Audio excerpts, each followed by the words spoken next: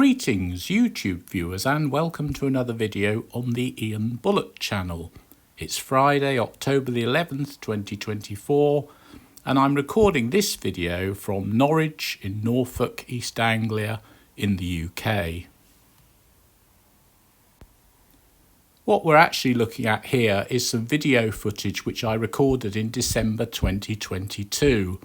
And this is Victoria House, a large landmark office building in the heart of Norwich, which has been the daily workplace for thousands and thousands of insurance workers for almost 50 years.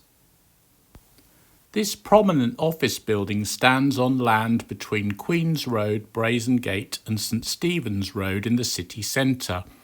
And I recorded a video about it for my YouTube channel in 2022 because the building had closed and was effectively mothballed. The staff had moved out, and no one quite knew what the future held for this important site. That video has had more than 6,000 views, and I wanted to follow it up as there have been some really major changes at the site since then. Very many years ago, this land was a public park and pleasure gardens. Then it became a busy railway station called Victoria Station. I've lived just down the road from here for more than 30 years, and I'd never realised this had even been a railway station. I'd also never realised that the building was actually called Victoria House. The site was eventually sold to a company called Zive Capital, and the office building stood empty for a while. Later it was announced that the building was going to be demolished, and I decided then that I was going to come down every morning at about 9 o'clock and record progress on the demolition project, creating one big time-lapse video for my YouTube channel.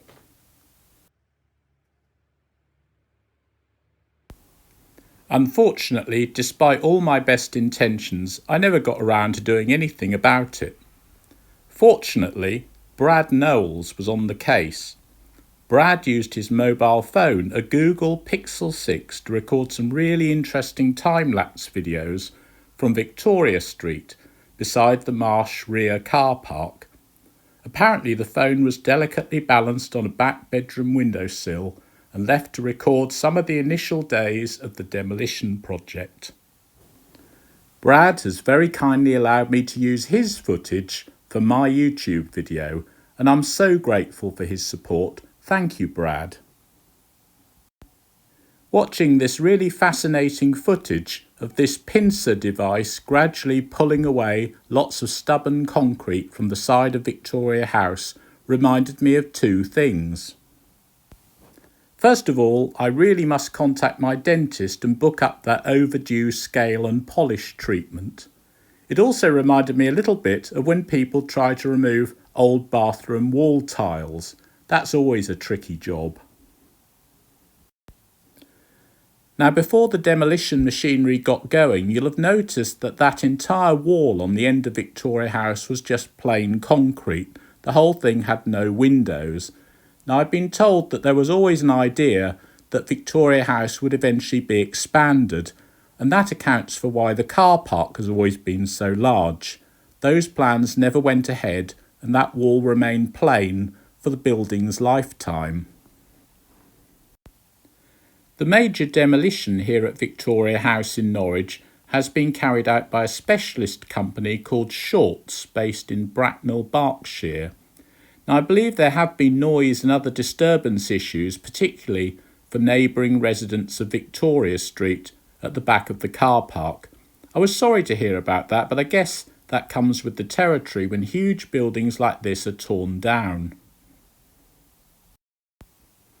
Actually, to their credit, the Shorts team certainly seem to be bringing it down pretty methodically and efficiently, judging by these videos.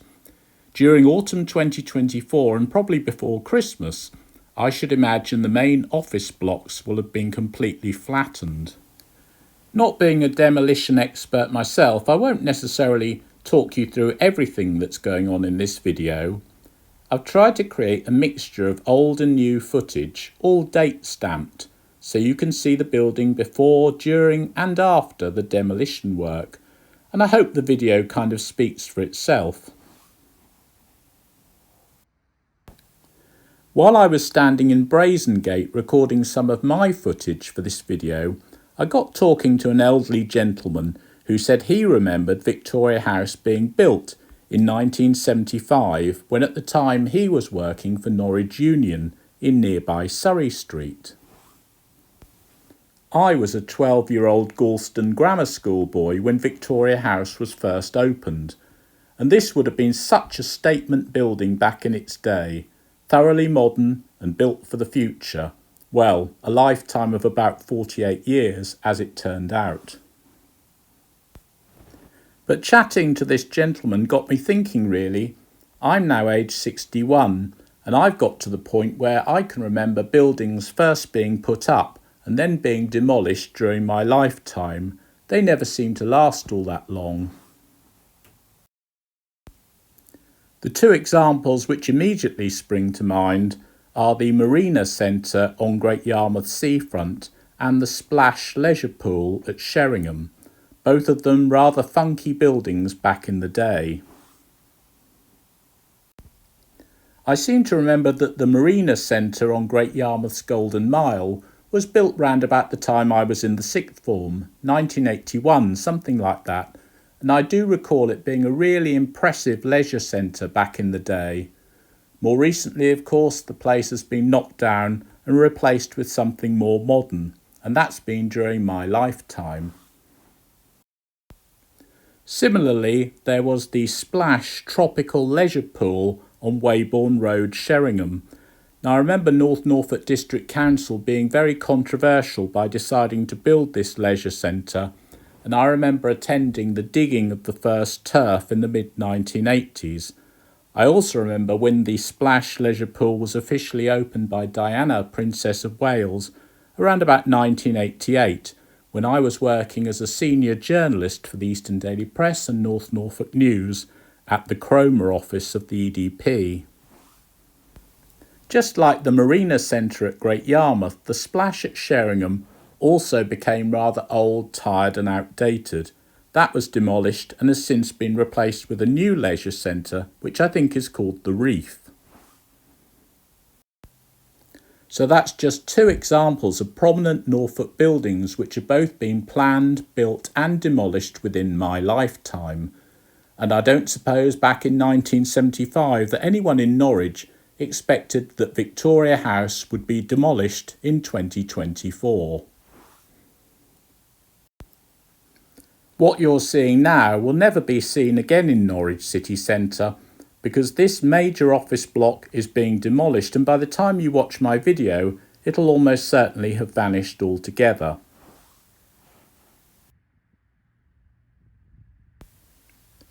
Now, in about 30 years' time, I can almost guarantee that people will be putting nostalgic posts up on the Norwich Facebook groups, and they'll be asking, does anyone remember that beautiful old building that used to stand beside Queen's Road 30 years ago? Lovely great lump of old grey concrete that was. Tons of glass windows everywhere. Some posh insurance office, I reckon. Such a shame they got rid of it. Proper part of old Norwich that building always was. Do excuse that sudden burst of Norfolk accent, folks. What I'm really hoping in the future is that people will say thank goodness for that Ian Bullock, a good old Norfolk boy who spent some time putting together YouTube videos about the history of Victoria House here in Norwich for future generations. So let's talk a little more about Victoria House. This well-known, though not always well-liked office building had been something of a local landmark since the mid-1970s. Watching it being reduced to rubble here in this video, it's hard to know whether to describe it in the present or past tense. All very sad. Victoria House is, or Victoria House was. I think it's pretty much dead and buried now, unfortunately.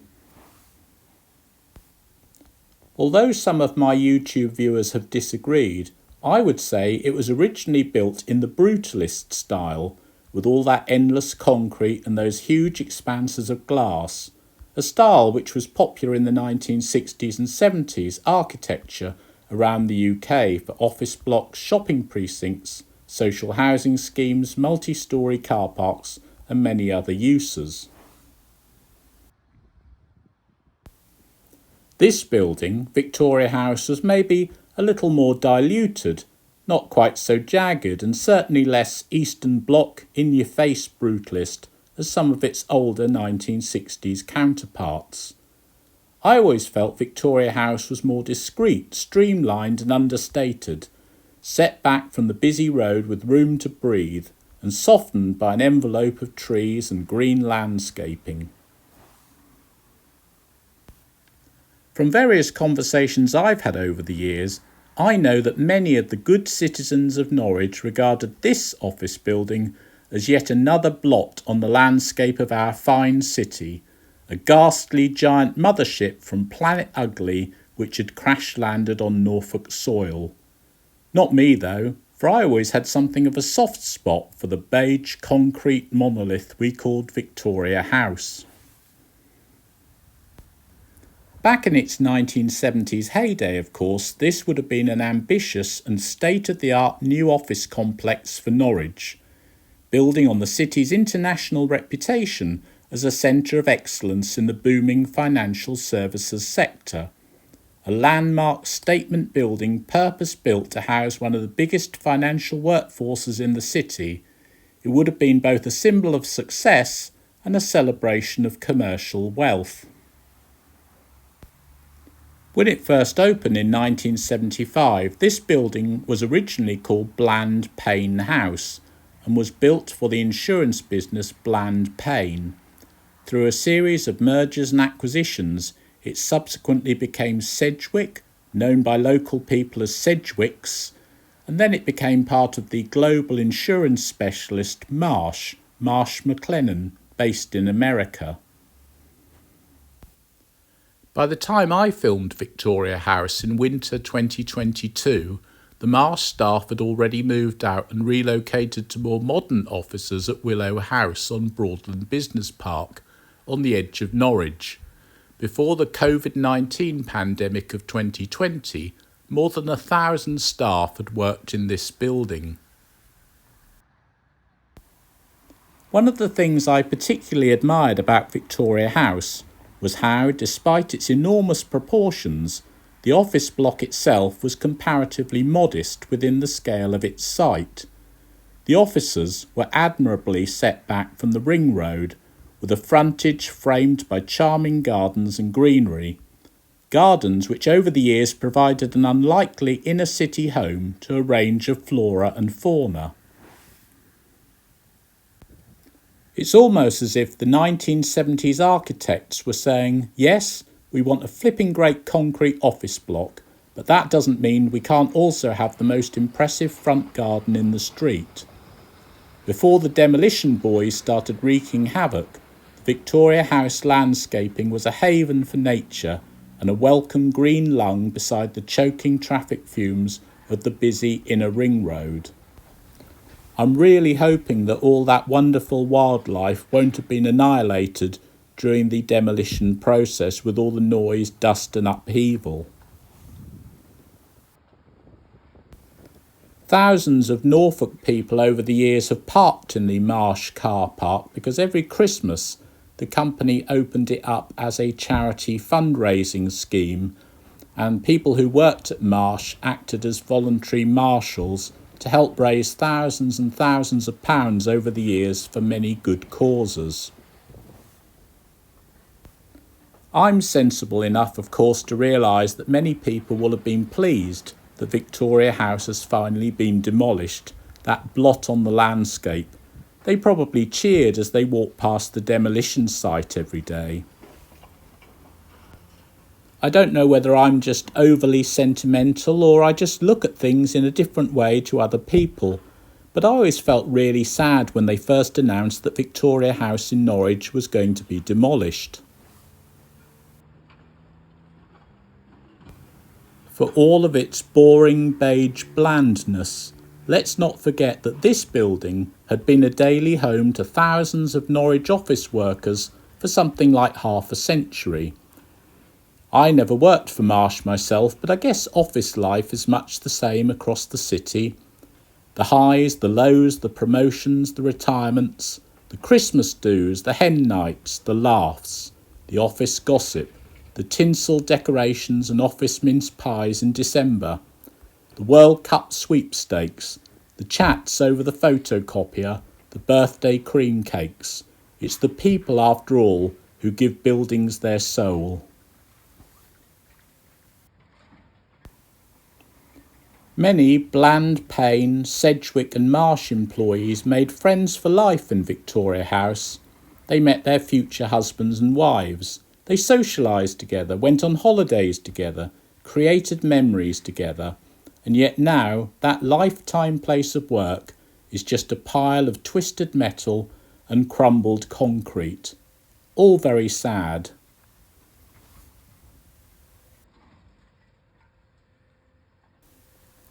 That's one of the reasons I make videos like this for YouTube, because there are thousands of people in Norwich and beyond, probably around the world, who've worked in this Marsh building, and they'll be interested in what's happened to their old workplace.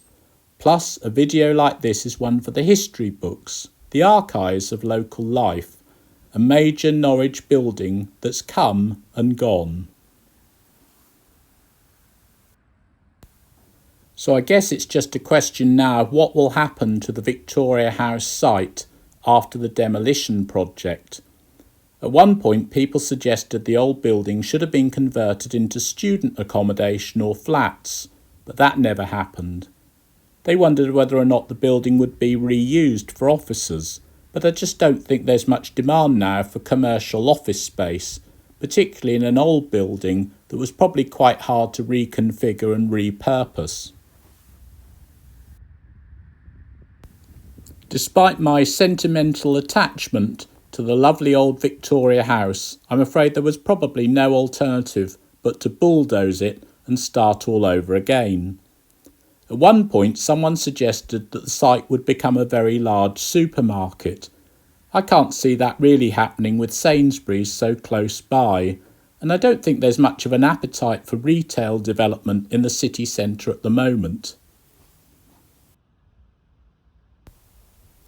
While some people were saying this was going to become the site for more offices or a supermarket, other people were passing around a rumour that this was going to become East Anglia's biggest branch of Wetherspoons. But I think that's just an urban myth thing, isn't it? Something on social media. Whenever a shop closes or land becomes available for development, people always say it's going to be yet another Wetherspoons.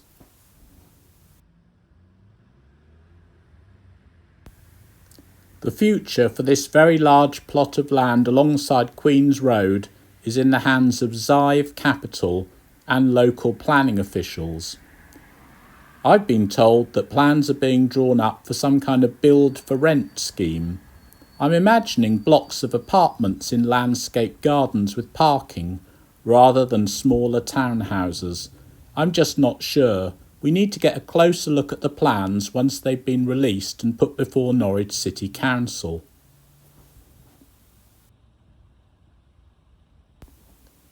The old Victoria House site will first of all, of course, need to be cleared and levelled before anything goes ahead.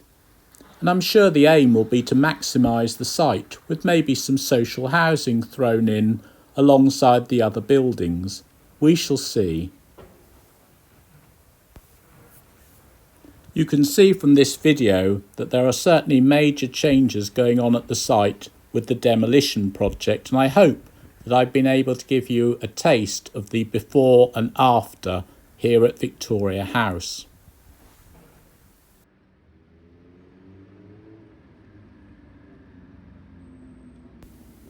Thank you so much for watching this YouTube video, viewers. And if you're someone who used to work for Bland, Payne, Sedgwick or Marsh around the world, I'm sending my very best wishes to you all. We'll be following the fortunes of this site very closely in the months ahead, and I may even produce another YouTube video. Many thanks to Brad Knowles for his video contributions from the demolition project.